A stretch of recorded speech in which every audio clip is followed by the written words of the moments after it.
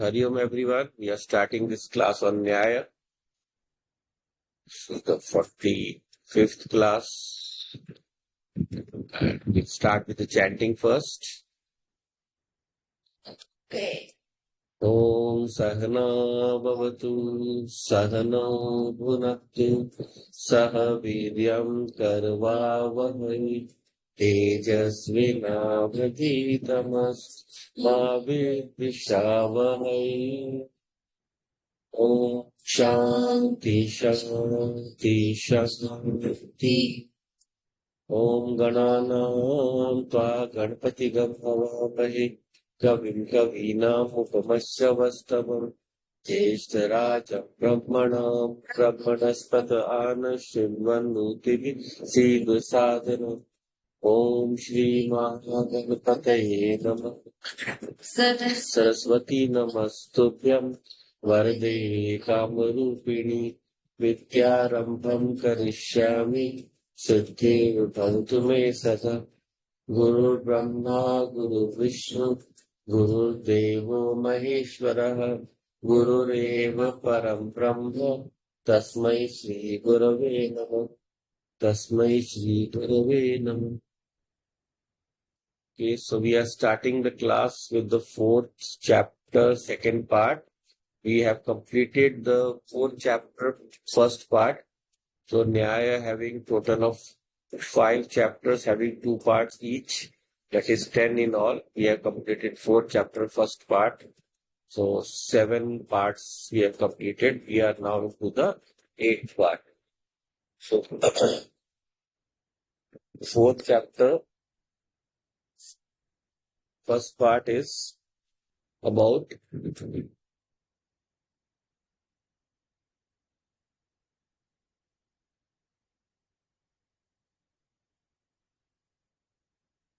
we are looking at Rag, Dvesh and all the problems which lead us away from Apavargaha. That was the portion on Apavargaha, or more commonly known word is the self-realization or moksha. Right? So here we continue that while we have to strive for moksha, what is the main reasoning behind that? Here we can keep in mind one clear concept that how Nyaya is going to deal with it. That is by it has a unique way of going about this. Of course, Tattva Gyan is essential for release or moksha or Apavargaha. That Tattva Gyan is also dependent upon giving up our ego. So the ego here is sought to be negated by understanding that the entity that I call as myself, the entity that I mistake for myself, that for which what is called I have the ahamkara, that is we call the avyayi, the composite entity called Jivatma, which is composed of all these Sukshma Sharir, Sthul Sharir, Karak Sharir, and so on. That composite entity is sought to be negated. Negated as in not saying that it does not exist, but it's saying that it is a sum of parts only, and those parts will go back to their original source at one time. So why should I have an abhimana? Why should I, the Atma, get myself mixed up, right? So for that, the first sutra is saying it is attacking the basic core of my ajnanam, my wrong notion that I think of myself as a limited being. So what does it say? We'll just read 4th chapter, part 2, first sutra. So dosh nimittanam tattva jnanat ahankar nivritti. So dosha nimittanam. Dosha are all the doshas, rag, dvesh, etc. Because of them, I am caught in this world. So they become the nimittam. They become the cause for my entrapment in this worldly nature of mine. And then, how can they be removed? Tattva jnanat. They can be removed only by knowledge. Atma jnana, tattva jnana. For through that knowledge only, knowing the true nature of mind, can I do this release, can I attain this release by ahankar nivritti, by the removal of my ahankara. So ahankar is the basic uh, obstacle in the way for our goal or for our march towards moksha. Right? So tattva jnana ahankar nivritti. By ahankar nivritti, which comes from tattva jnana, I am able to overcome the faults that have entrapped me in this worldly body of mind, this worldly uh, journey of mind. So in this journey, it's a long journey. We covered this in earlier part, first chapter also, what is Apvarga, and then in this fourth chapter, part one. So the journey involves, the first part is, we call it Heya, what we have to give up, what is we call Tyagne Yogya, the one worth giving up. Heya is something that I should give up. Hmm. So if you remember from Tattva Bodha, the definition for Atma is aheyam anupadeyam. Something that I cannot add to and something that I cannot take away from. Heyam, something that I cannot give up, or upadeya, something that I cannot add to it or bring to it or increase it. So is the first part of the journey. Whatever I have to give up, Tyagne Yogya, and that is samsara. And then what is the cause of that? What is the heya hetu, we say? That is the second part. So that second part involves understanding that pravritti is a dosha. The action is a fault. By action, I am caught under the impression that I have to do something to attain something. Whereas Atma is forever a karta. Atma is never a doer. How can something be a doer when there is nothing for it to act upon? Everything is Atma only. So how can it do any kind of action? And it is everywhere. So there is no way for it to go to. Right? So that is the second part, Heya Hetu. So this is the journey of this Tattva Gyan that we are talking about in the first sutra. And then the third part is Prapya. So Heya Hetu, and third is Prapya. So Prapya is what I have to gain. What is that? That is moksha. That is not something that I have to gain by attaining something from outside of me, but that is only by understanding my true nature. It is not something that is attainable by some kind of activity. So in Atma Bodh, if you remember, there is the example of the gaining of Atma Jnanam. What is that? It is said by it is not in the way of gaining something, but the example is given. You are wearing a necklace, and that necklace has somehow turned around and gone onto the bag, and you are going on searching, and then someone goes and tells you, "Oh, look at you! This necklace is only behind you." So it was always with you. You have never lost it, right? So then, just by that knowledge, you just learn that you always had it. It was just outside of your view. So that is the upadeya part or the prapya part of moksha. The prapya part is the how do I gain moksha? It is not by reaching somewhere, not by doing something. It is just by simply by illuminating myself with the knowledge that this is my true nature, the nature of Atma. And then for fourth part finally is prapya hetu. So what if I have to attain moksha? What is the hetu? What is the method? That is tattva gyan. So prapya hetu is tattva gyan. So all these four together, heya, hey hetu, and then prapya and prapya upaya. All of these together constitute our journey towards knowledge. So in this first sutra, we are seeing dosh nimitta nam tattva jnanat ahankar nivritti. So these doshas are what? Rag, dvesh, etc. They are the nimitta karan, we say. They are the efficient cause for us to hold on to this body, and not just this body that we have, but the successive and the previous bodies also that we had in our earlier births. So for the purpose of attaining this human birth, we have been given a wrong notion that this human birth has been attained through my desires, and the notion is correct, but that notion that I am a doer. I am a karta. Because when I become a karta, then I also become a bhokta. I also become an enjoyer of the fruits of my action. And because this cycle continues forever, never ending, that cycle is will lead us to get birth again and again, right? So these karmas, all of them, they increase the rag, dvesh, etc. on in our within ourselves. And once the active body is lost, is died, uh, there are still leftover residual vasanas which lead us to the next birth. So because of that, all the sanchit and the kriyaman karmas, all the uh, accumulated karmas of our births, they lead us to get into a next birth. So this wrong knowledge, mithya gyan and tattva gyan, the right knowledge, they are what we call exact opposites to each other. They are exact opposites to each other. So they cannot remain together at the same time.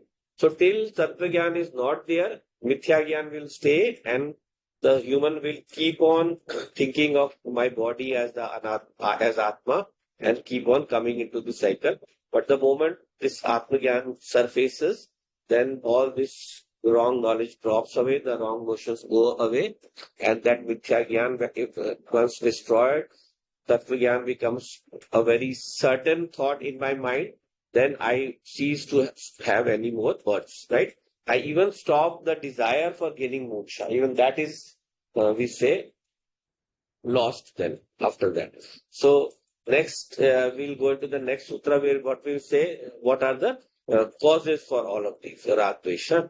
So basically it is what we call, the word we use is mithya sankalpa. Mithya sankalpa becomes the reason behind which these dosha, these faults are appearing. So just we'll look at this. So those, this is the second sutra, 4.2.2. दोष निमित्तम रूप आदयो विषया संकल्प कृता. So the doshas, the different faults that are the rag dvesh, they become nimittam, they become the cause for us to remain engrossed in the objects. Vishayaha sankalpa kritaha. For are getting, are forming different sankalpas that I want this, I need this, I want to hold on to this. So why? What are these vishayaha? They have different properties. Roop adaya. So roop adaya. So roop, ras, gandh, Sparsh, Shabd. So Shabd, Sparsh, Roop, Ras, Gandh, all the five are the attracting features of these different Vishayas. Different kinds of smells, different kinds of beautiful forms. They capture our mind. They capture our mind and they make it a prisoner. They make it a prisoner of different sankalpas. These sankalpas keep on adding to our what we call bank balance of karma. And that bank balance stays really strong. And as long as that bank balance is strong, in opposition to the sansari bank balance or money which gives us freedom to spend, this one binds us. This one binds us to keep longing for this worldly journey again and again. And due to that, we keep coming here again and again. So these basically, these doshas, we can split them into two. So they are inner and outer. Antaha, bahya. So outer ones are what we are seeing here as rupadaya. So these are the different forms and objects of the universe that they that entrap us. And the first one is the Antaha is the one mentioned in the first sutra, that is Ahankar.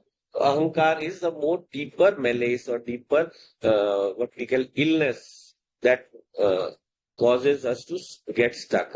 So Ahankar can be removed. First, we have to remove our attraction to the outer objects, and then the inner objects, the inner Ahankar, which leads us to firstly that I am Ahamkarta, I am a doer, and secondly, I own this, I possess this, I want this, and so on. These are all the different changing kartas within us that change every second.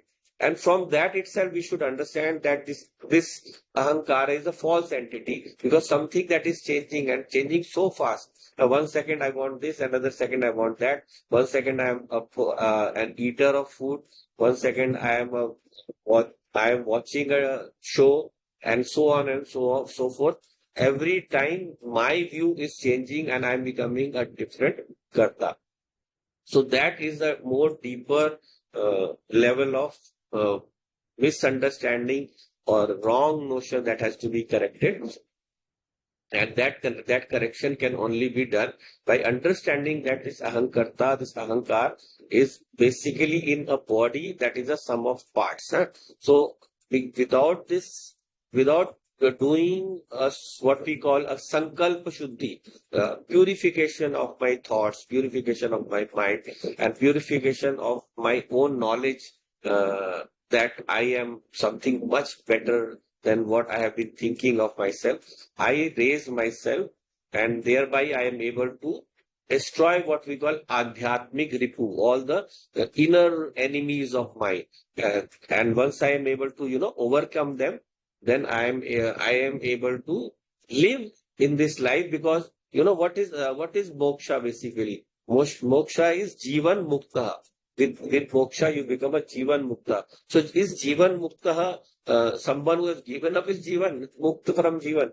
No, it is jivan eva mukta. That is the definition. So jivan eva mukta means he is liberated while living in this world.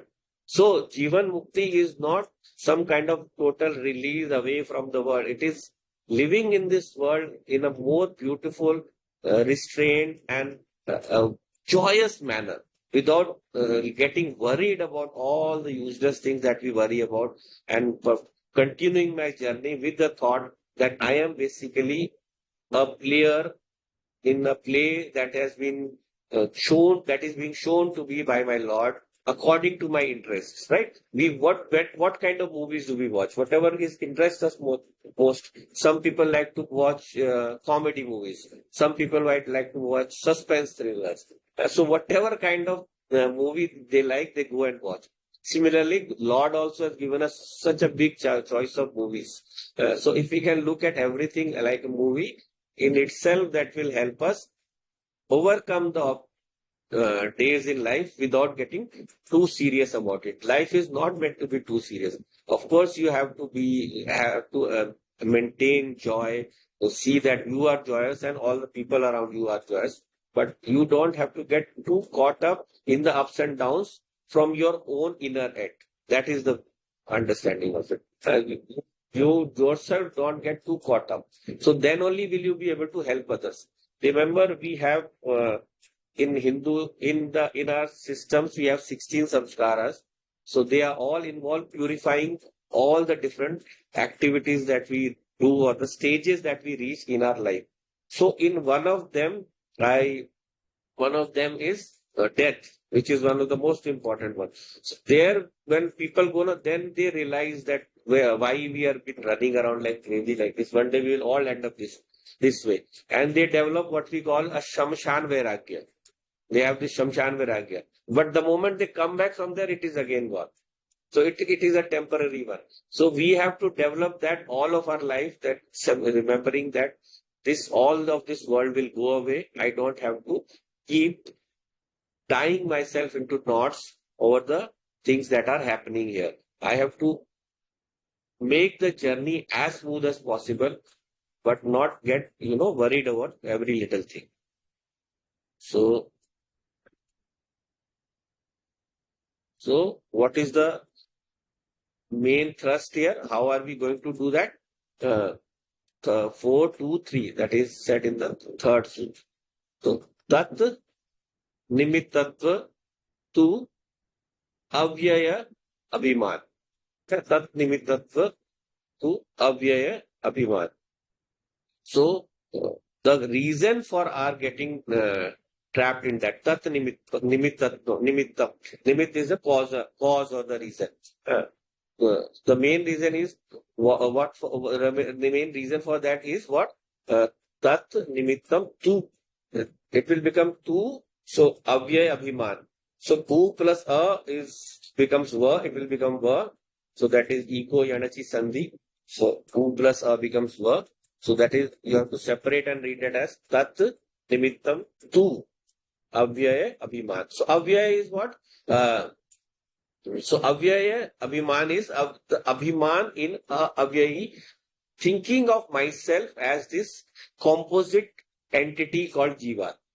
That is Avyavi. Avyavi is basically a sum of parts. Avyaya is parts. Avyayi is the total of the parts. So when we bring together some parts, then we can assemble something that is what that we call the sum of those parts. Avyayi. So that that Avyayi being a sum of parts, we say it does not have a very real existence. So, like if we build a car, then there is a tires, there is the axle, there is the floor, there is the body shell, there is the engine, there is the steering, and all together it becomes like one single entity, right? And we always have to remember that there is a definition for mithya there. The definition of mithya is uh, something that is always a sum of parts. And also another definition of mithya, I'm not giving the Sanskrit term there, but just learn in the understand in English what it means. So mithya means something that is a sum of parts. And the second one is it is something that is uh, for the benefit of something other than itself, right? So the car does not function for its on its own. It is for the driver. The car is built for the driver. Without the driver, the car is useless, right? So that is the way the word mithya functions. So mithya, mythos in the something that is made up of components, and something we also say swa abhave bhasamanatyam is something that shines in its own absence, something that is uh, appears like a real entity when it is actually a sum of other entities only. So this mithya entity, this sharir is the reason for all our faults. This body built up of all our different parts like hair, flesh, blood, bone that is given here, and so on. This whole makes us feel like a separate entity, and also I see other separate entities in that way. But if I can separate them, if I can separate a person as a sum of parts, as the flesh, bone separately, then I will not have that kind of, that's tightening kind of feeling or something that ties me down so badly to a person that I cannot survive without them. So this whole engenders some kind of lust or desire within us, which will not be there if I think of everything as a sum of parts. Tat nimittam to avyavi abhiman. This avyavi, I think of myself as me. I think of myself as this entity. So whatever I have sankalpas I have done, whatever uh, sankalpas I have towards the vishayas, the objects around me. So they bring within me different kinds of feelings, which we call rag dvesh. And these rag are we have seen earlier. Rag is something that comes from uh, positive feeling towards someone, and dvesha is a negative feeling towards someone.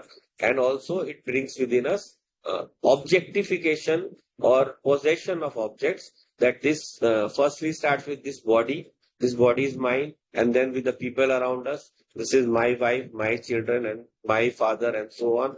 And then it then goes on to the objects, this is my house, and so on. So all of these, they make us they tie us down to this worldly existence, where I thinking of myself as a single entity, whereas I am just a composite part of all of these three sharirams, the three koshas, or the three avasthas, or the five koshas. So what? So for a person who is we call moksha abhilashi, or a desire of moksha, he has to first give up these outside objects, and then he has to internally also give up this ahankar. So now comes what we call the doubt part.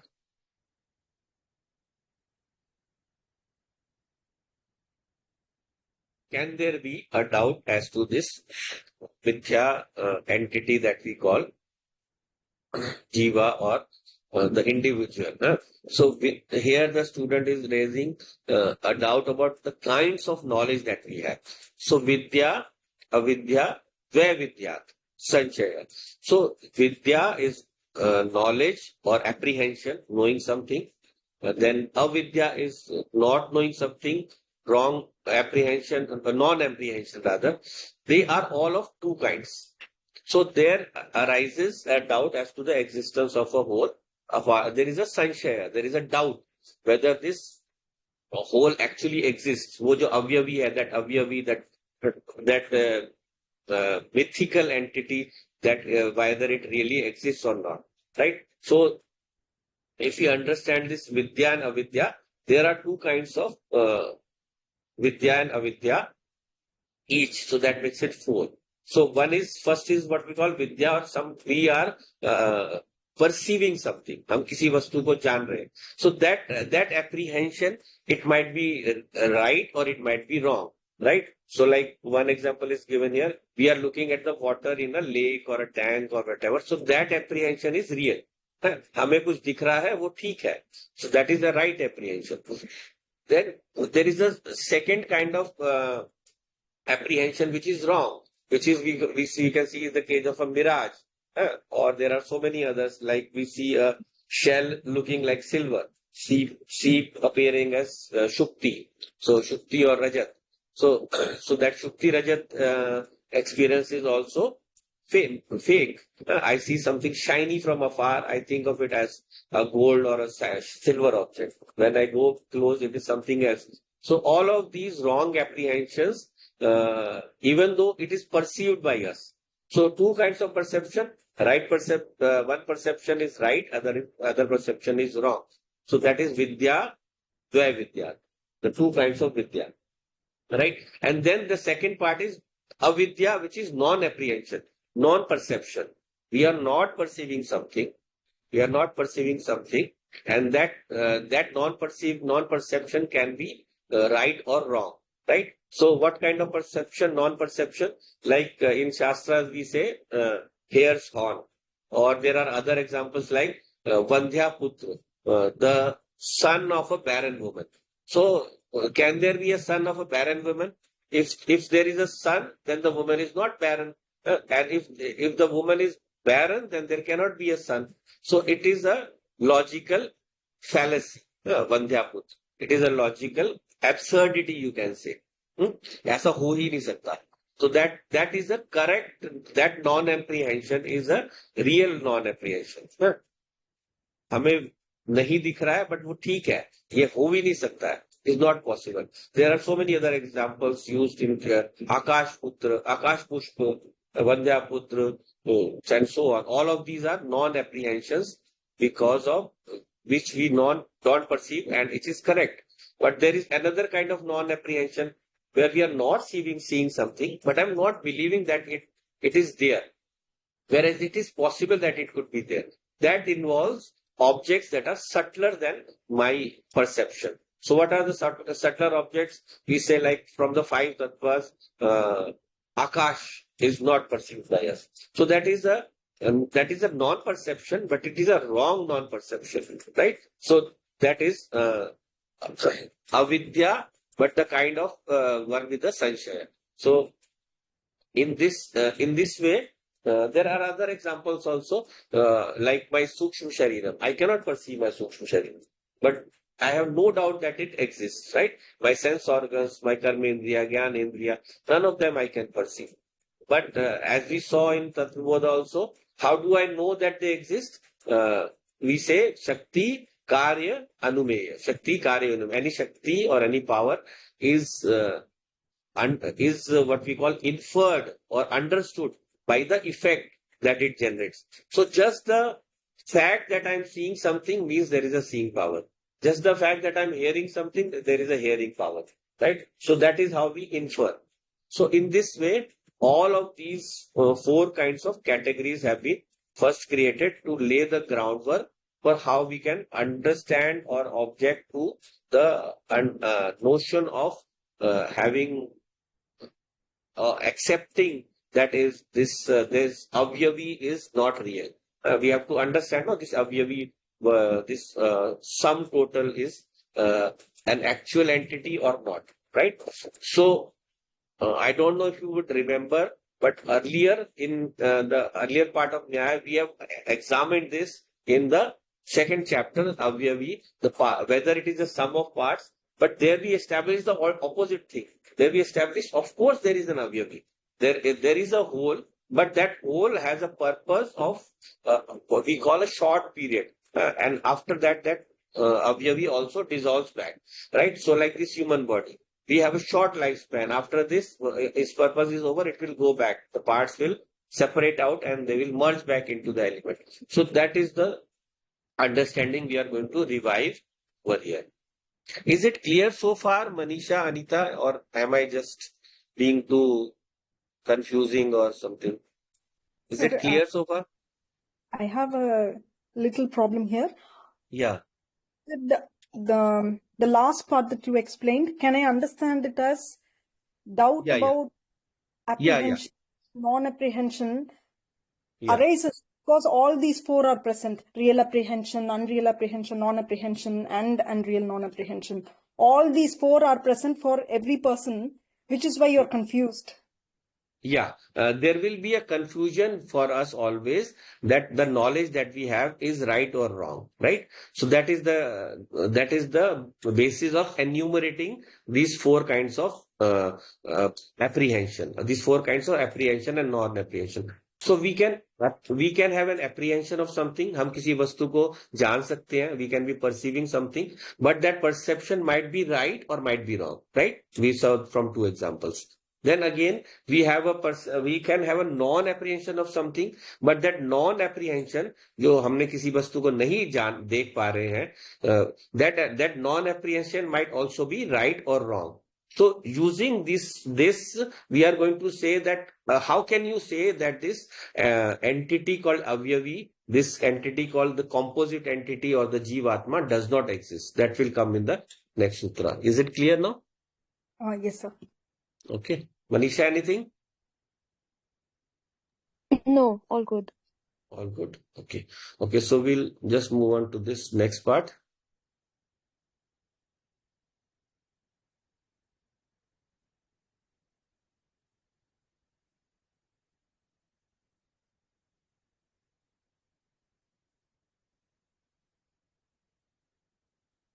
So, tat sanshayah पूर्व हेतु अप्रसिद्धत्वात्. तो तद तद असंशय पूर्व हेतु प्रसिद्धत्वात्. Sorry, there is a hetu, no? So only uh, uh, so purva hetu prasiddhatva. So we established earlier also that there is an avyavi.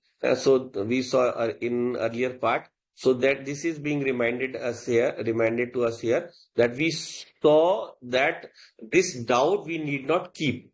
Tat sanshaya, this doubt, purva hetu prasiddhat. We have already examined that there is an avyavi, there is a whole. There is a whole that exists, and that whole exists as a sum of different parts, but we always have to remember that the whole has a very short shelf life. So we will not give up our ahamkara in the avyavi or the sum of the parts by in a way that it is totally non-existent. That is what we have to be very clear about. वो अवयवी बिल्कुल नहीं है, ये नहीं कहना है. तो हमने ये समझना है कि वो अवयवी जो है उसका बहुत कम उम्र है. It has a very short life, and why should I get trapped into the what we call the notion of myself being an avyavi when I am something totally different from that? So that is how what we have to remove. So tat sanshaya tat asanshaya purva hetu prasiddhatvat. So that sanshay we should totally not have, because we proved it earlier that there is a whole which has a utility for a short time purpose, and that utility is of the jivatma being a composite entity, but that comes from a total wrong notion that I am that jivatma. I am actually only the atma.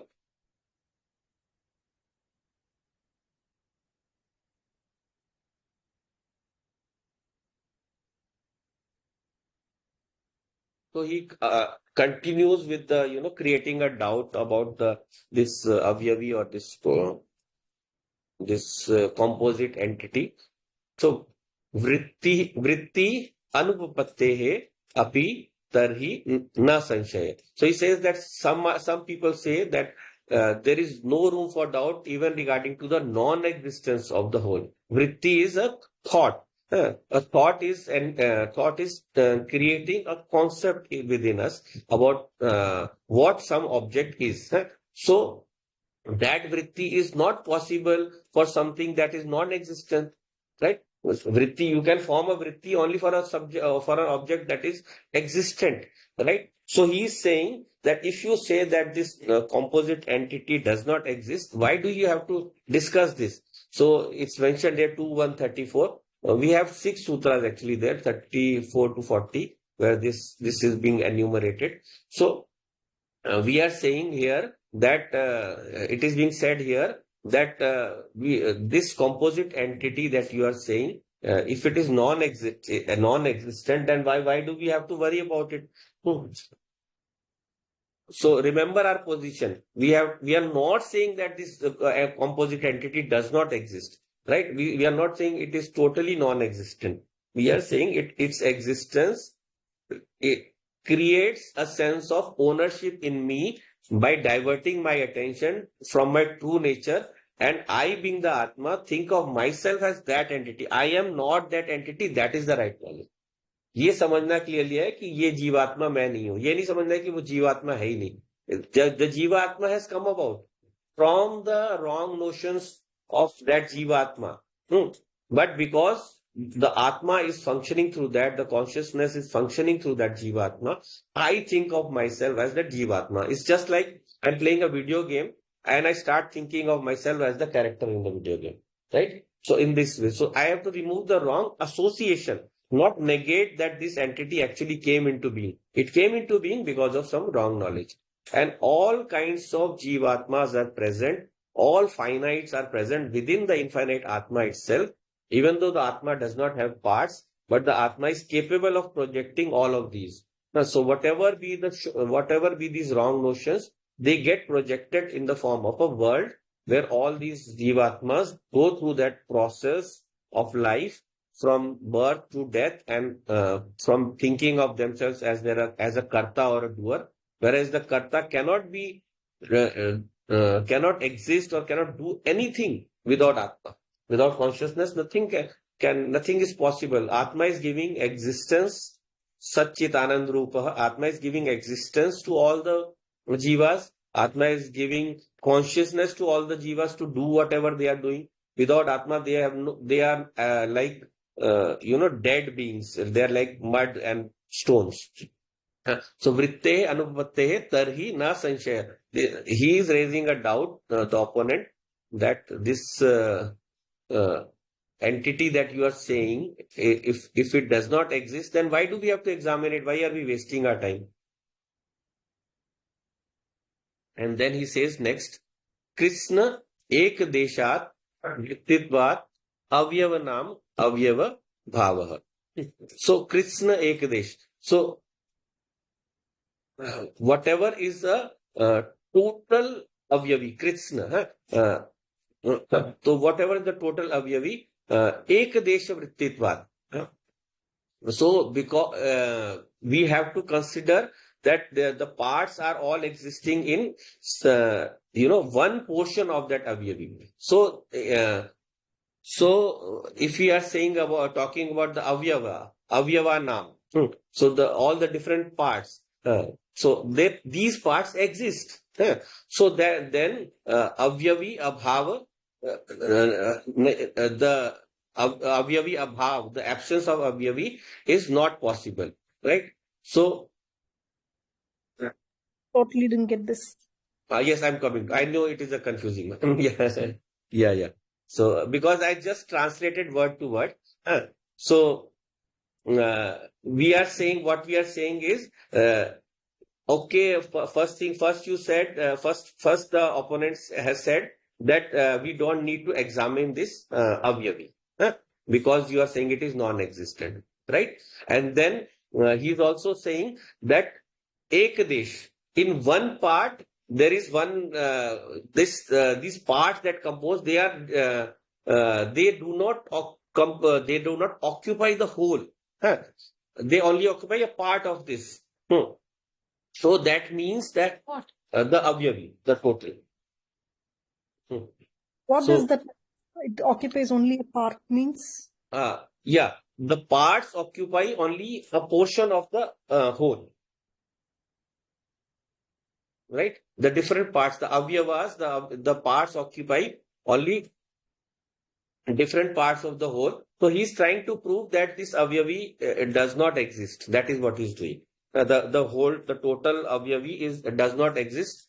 That is what he's trying to prove. So first he said, you yourself said that this avyavi has a dependent existence. Then so we do not need to examine it. But even if we examine it, we have to say first we have to establish that whether the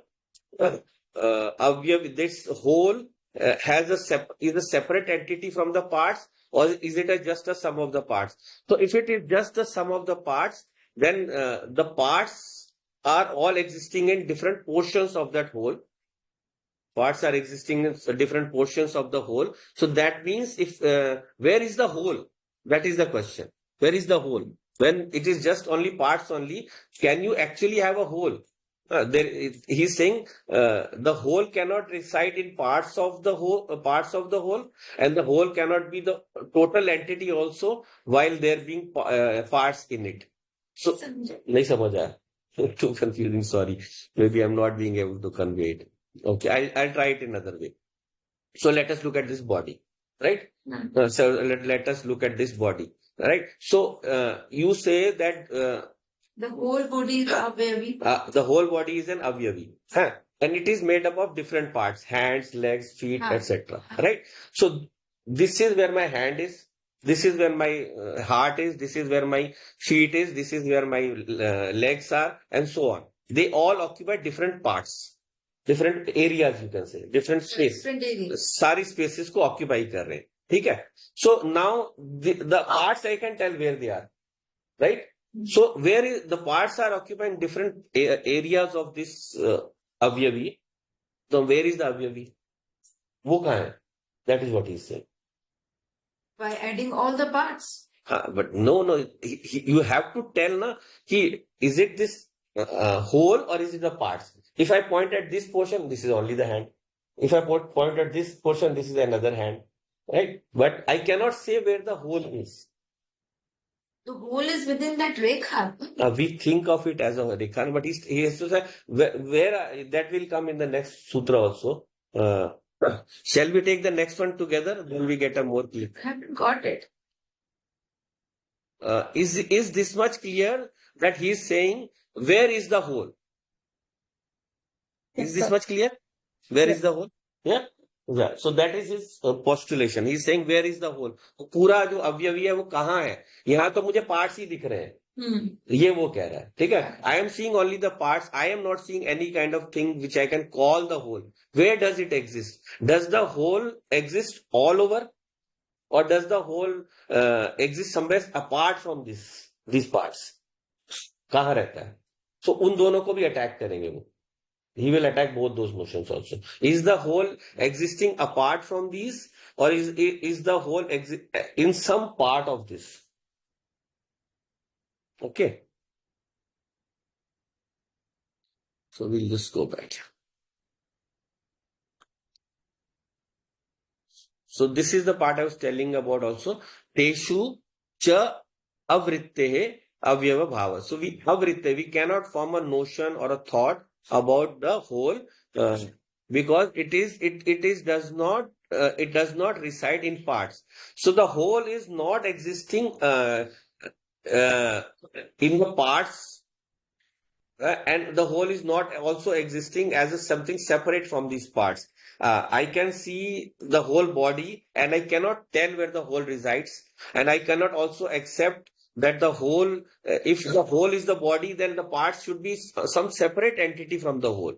So either the parts should be separate entities from the whole, or the if or the whole should be a sum of the parts. That means there is no whole, just the parts exist and they have come to him. That is what he's saying. Yeah. Right? So ऐसा कोई whole बोल के there is no whole entity. This is just a sum of parts. They have come together. You cannot define a whole. If you define a whole, you cannot place it. अब बता नहीं सकते हो कि वो कहाँ पे है. You cannot tell where it is, whether it is in the individual parts or whether it is apart from the parts that I see. So he forms a conclusion here.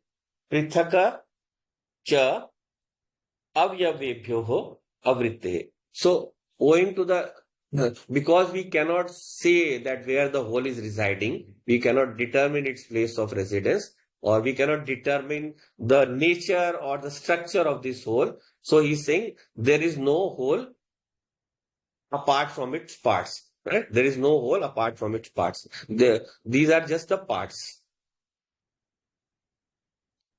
And then again, na cha avyavaha. And he's saying the parts are also not the whole. You cannot say that this hand is the body, this leg is the body. No, the parts are also not the whole. So you cannot say that these parts together are not the whole. So then we come to the reply.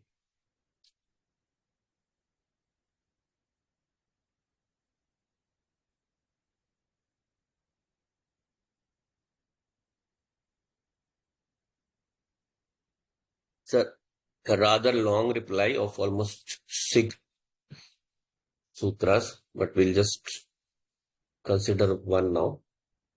So एकस्मिन् भेद भावात भेद शब्द प्रयोगात अनुपपत्तेः अप्रश्नः. So he says, we reply, ekasmin. There is one when we are coming to a entity, then that entity is composed of so many different things, what we call variety.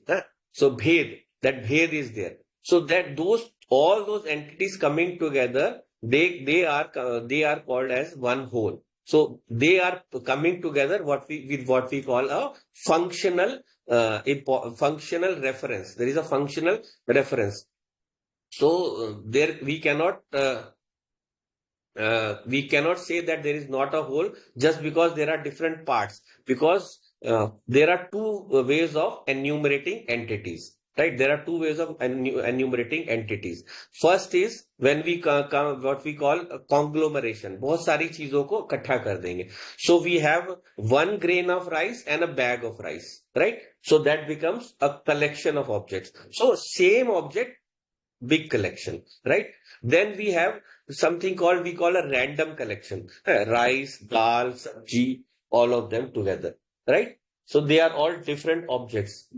Different objects.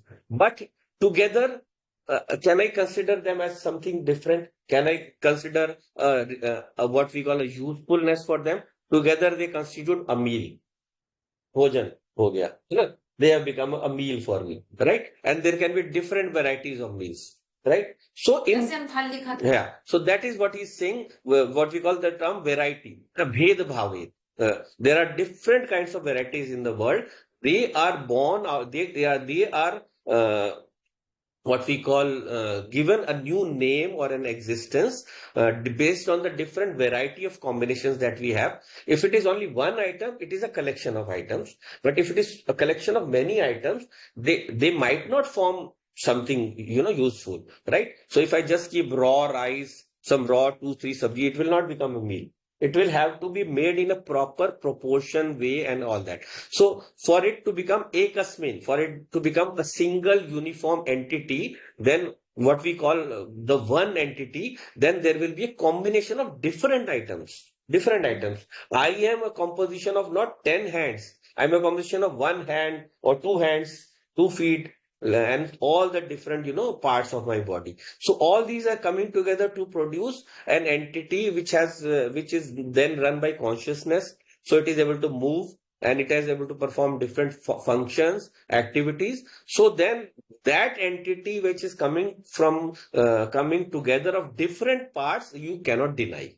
That is what he's saying. That you cannot deny. Right? So there is a certain utility. We are not saying that this entity will end after some time. This will end after some time. Or like this food that we have eaten, once it is gone inside, it will again turn to what we call, it will turn to nutrients for us. वहां जाके सब mix हो जाएगा.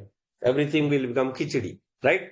So it has a definite shelf life, but that does not mean that the composite entity that we have achieved, that has come together, cannot be given a separate name. It cannot be given a separate identity. That is what we have to recognize, right? So this composite entity, that this Jivatma is there, it definitely has some kind of existence, and that existence is born out of the different functional parts coming together to produce this entity, which can then perform different kinds of functions. But what you are saying is wrong, that if there is a whole, then it cannot be a sum of parts, if there is a whole, then I have to show you where it exists, whether it exists separately in the parts, or whether the parts come, if the parts come together, then if that thing performed is the whole, then where are the parts?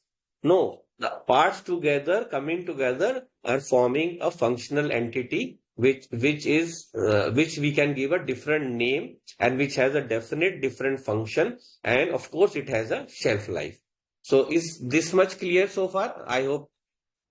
Is it okay? Yes, sir. Yes. Okay. So we have progressed from, firstly, we have to understand that I have to let go of my ego. That involves understanding that this entity that we call Avyavi, the sum total of parts, is not real. That real does not mean that it does not exist. That real means it has a short shelf life, and it has come together because of my wrong notion, right? So I have to let go of that wrong notion and recognize myself as Atma, as the soul. But opposition is trying to prove that this is used in Buddhist philosophy also a lot. So in there they try to prove the entity does not exist apart from whole. If you have read the questions of King Milinda, so it's by a renowned Buddhist philosopher, I think Nagarjuna, I'm not so sure. So there he is trying to prove that a rath, a chariot, is not a separate entity. It is just a sum of different parts, right? So there, the answer given by Hindu philosophers later on by Shankaracharya is that they say that the ratha is useless. Has to be a rathi also, one who is riding, right? It is for his purpose that is come together. So that coming together of those different entities become a functional entity by which the rider can go from one place to other is the name of this entity called the Ratha, the chariot, right? So this same thing we are proving here, that this whole body, even though the parts and the whole cannot be, recognized separately, but different parts coming together perform different varieties. We have so many millions and billions and trillions of bodies, or different kinds of bodies. Even within humans, a slight change of the shape of the nose or shape of some other things will produce a different individual. So no two individuals look perfectly alike. Even twins, even exact looking twins also, they will always have some certain distinctive quality. It might not be maybe physical, it might be internal, mental, but even physical also there will be slight and difference. So all this variety that is produced comes together to the different parts come together to perform different functional entities. This functional entity we call as an individual. If it is not a functional entity, then it is just a collection of objects, right? So it can be a collection of one object, a mass of different objects. We'll come to that here also. He'll talk about the hair. So that also will come. But this mass of objects can come together, and it will still be one grain of rice or a bag of rice. But when different body parts are coming together, we are forming a human body or an animal body or whatever. So they are forming different entities, having separate different names, having separate purposes and separate existences, time of existence and all, right? हर एक का अपना shelf life है. Everyone has it, everything has its own shelf life. कितना उसका जीवन का काल है, कितना वो कार्य कर सकता है, and so on. All of these form together a composite entity. So I think the time for today is up. What do we want to go to the next one?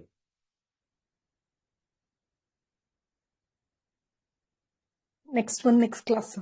Next class, yeah. So because it will constitute, 4 5 more sutras where this answer is. So I will repeat the 11th one again when we go into the next class, and from there we'll continue. So basically the crux of it all is that there is a composite entity. We have to understand it being of a very short shelf life.